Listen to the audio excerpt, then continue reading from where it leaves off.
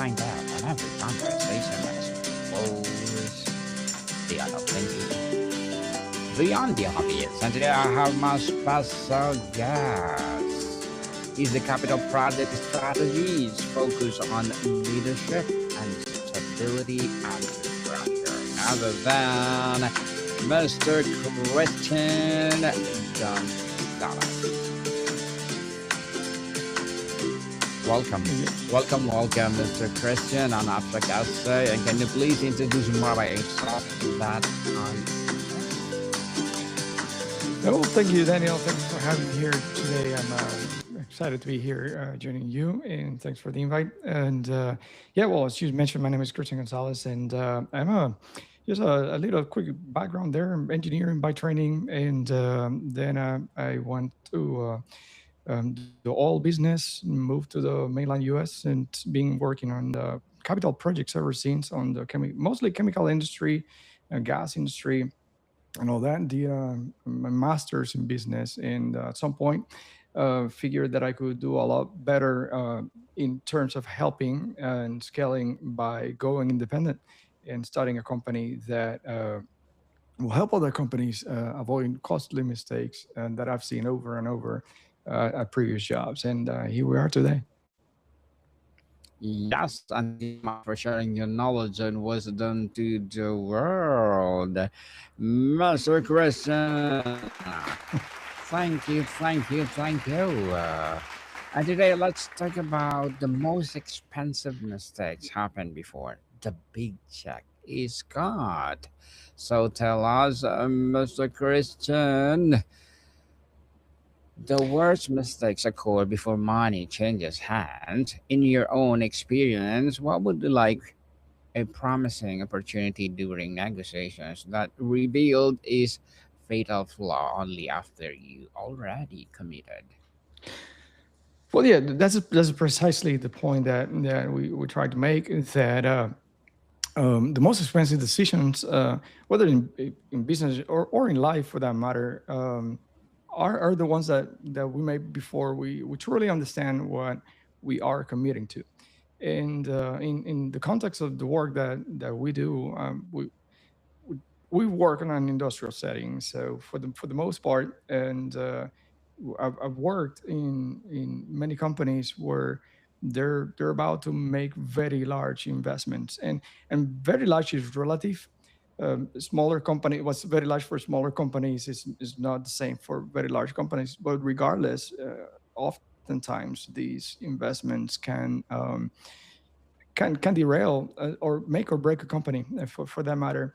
And those investments are usually executed in the form of a major project, like a major construction or expansion of the business or their capability. And the sad part of it, and the whole point of that line is that the way this works, it, the progress is staged in a way that minimizes the risk or that's the intent, for the matter. And and at the beginning, the expenses are low, but that phase is very critical. When you start trying to develop something, that planning, uh, that doesn't cost much and nobody pays much attention to it, is what really determines the risk that the big check is going to have. So by the time they are ready to say, let's go build this, we're ready. Pretty much the outcome has already been set. And while nobody was paying that much attention to the consequences of that initial planning part. Very well said, Mr. Christian. Very well said indeed. Due diligence is often treated as a checklist exercise rather than a genuine investigation. When have you convinced yourself you've done enough research simply because you wanted the deal to work? That's exactly right. In I work with small and large companies, and the human dynamics tends to be the same, but in smaller companies, as you're dealing with less people, it's easier to manage. As you get larger, the the thing is that as ideas gain momentum, it's it becomes harder to challenge the initial assumptions, and that momentum carries into the point where organizations tend to defend rather than justify, and if that makes sense. Um, so as they move forward with these ideas, and you start thinking, are we doing the right thing? um, should we do this? And some people start raising their hands. um, it, when they do, one of the big issues is often people people don't feel comfortable doing that. Nobody wants to say no to the boss or be the guy that says no to something. But the implications are far larger than just saying no. It's are we doing the right thing? Are we gonna survive if these moves forward or not? And sadly, I've seen companies that are promising, that are bringing or their idea, their product to this world is something that could be a great good, and I've seen them sadly fail because they didn't do it right, or they didn't do their due diligence, or treat it like you mentioned, Daniel, as a checklist exercise. Nobody dared to say no, and those who did or came close to it, sadly weren't taken seriously, and that's sad to see, but it's happened. I don't want to make this a sad show, but I want to raise the awareness of the importance of doing it right at the beginning, of taking it seriously, and taking the depth and seriousness that it deserves. Mr. Christian, the pressure to get yes can blind us to warning signs. What signals have you ignored in the past because acknowledging them would mean slowing down or walking away? Well, that okay. Let me put it this way. I've always one of the reasons I went independent was because I was the one always raising things, and that didn't quite work as an employee. Um, Hmm. but what I can speak to what I've seen, and one of the things that I always said is the first red flag is alignment and clarity, and those two go sort of together. You need one to get the other. And when I walk into organizations and start talking to people, and I ask, so this is the first question I always ask. It's like, what are we trying to accomplish? And often it's not uncommon to get different responses that has nothing to do with each other from people working on the same, say, project, or the same organization, and that's a major problem. And if you're the leader of the project, and that's happening, and you don't solve it quickly, that's a recipe for disaster right there. And I would say that's the most overlooked by far thing that I've seen, rather than a specific item. It's the fact that people don't agree on what they're trying to accomplish. That alignment, it's missing. Mm, certainly. And you allegedly saying to your agents that investor funds were being used for loans when in reality only a tiny fraction was deployed as a promise. If you were investors in that room, what question would you have revealed the truth, and why do we often fail to ask the obvious questions? All right, let me make sure I understood that. There's just a few parts to that question. So Hmm. to rephrase the question back to you, you're asking if they promise to expend certain amount, and Yes. they're only spending a fraction of it, Yes, correct? please. Well, that depends on the context, and on the context and how that was spent. Because at the first glance, if you say you're spending half and getting the same result, that's great. It rarely works. Usually, it costs more. That's usually Fair. how things work. Um, but if I was sitting there, depending on the context, of course, I'll be asking in the what how did they arrive to their cost estimate? I'm operating on the assumption that this money hasn't quite been spent yet, but has been committed, and they're projecting. So the estimate is one of the things that I see often um, play with and negotiated before getting to the board. So it creates the illusion that the people voting and on it are actually making a decision whereas in reality they're just ratifying something that has already been negotiated. So I'll try to deep dive into that, and the way to do that is challenge the assumptions of those estimates and what were they based on. Mm, certainly. Certainly, Mr. Christian, once we have invested time, energy, and ego in the deal or in a deal, it becomes psychologically difficult to walk away even when the evidence says we should. When you have fallen in love with a deal rather than evaluating dispassionately. Me? Yes. Well, in my personal life, yeah, I tell you, this like totally different. Before going into this business, a long time ago, um, I was investing in real estate, or attempting to, and well, in this case, yeah. So let me rephrase that. No, okay, that was not a good example. So Okay. I had a mentor that used to say, uh, back in the real estate days, fall in love with the deal and not with the house, right? Um, Now, that might sound contradictory to what you're saying, but what I think you're saying is when people deceive themselves or into thinking that this has to happen. And I've seen that often, and I've felt victim of that Yes. often. Now, in my own experience, many years ago, before these, I was approached with an opportunity to invest in oil fields, and that was the time that I fell in love with the deal badly, and I was picturing myself. Look, I was young, and this is about 15 years ago. Picturing myself with all these oil pumps and feeling like a big shot guy, and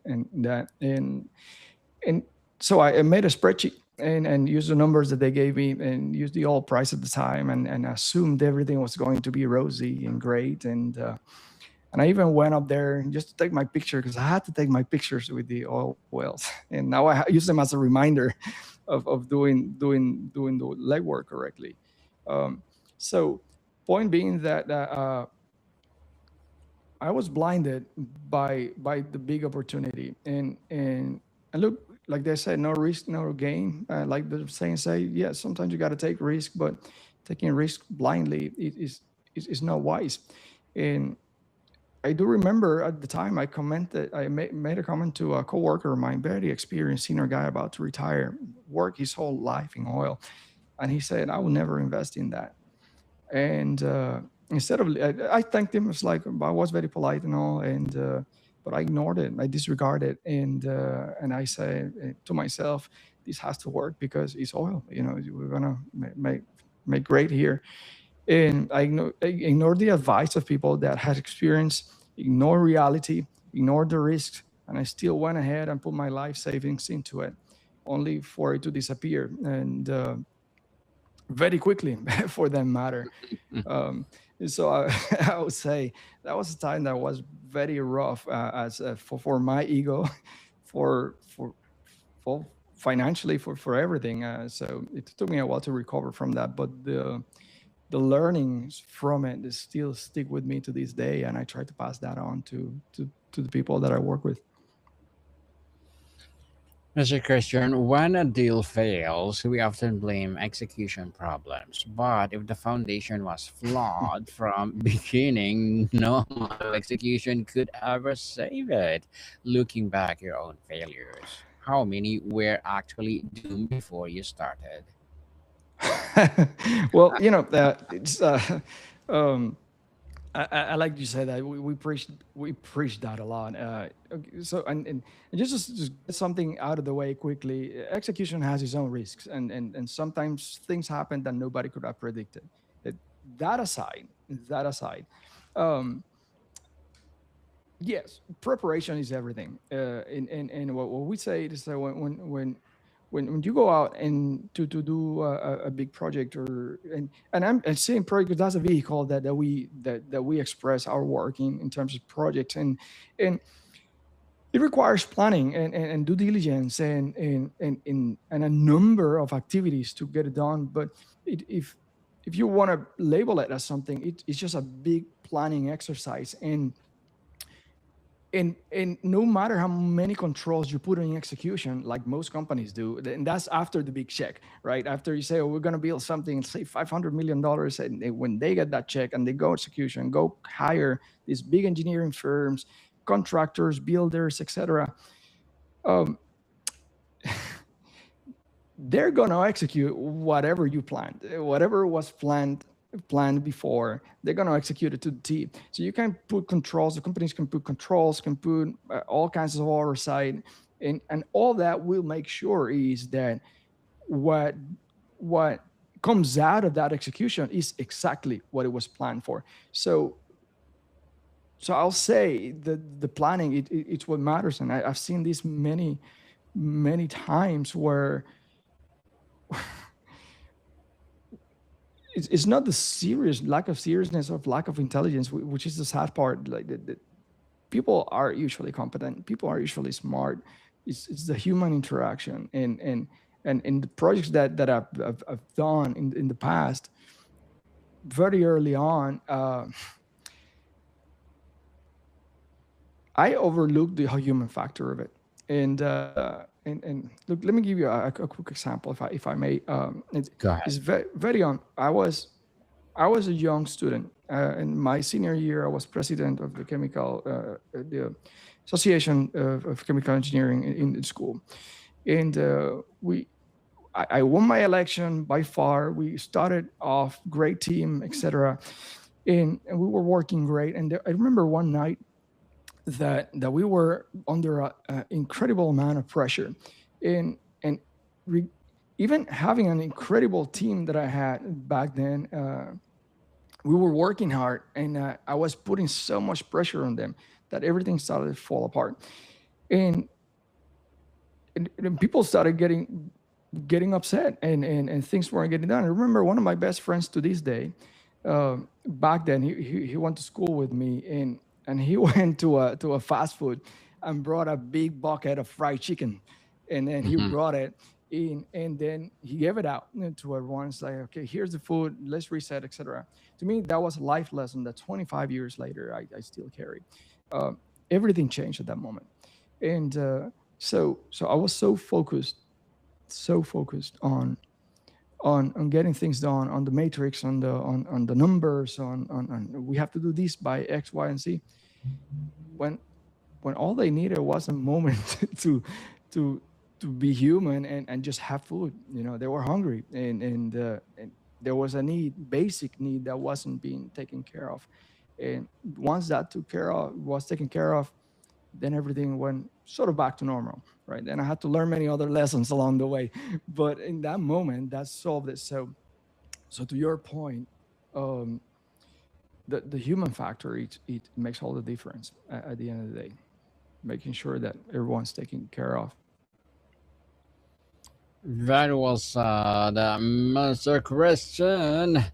The most expensive mistakes are not usually failures of execution. They are failures of selection, choosing the wrong partner, the wrong deal, or the wrong investment. How do you audit your own selections process, Mr. Christian? That's a tricky one.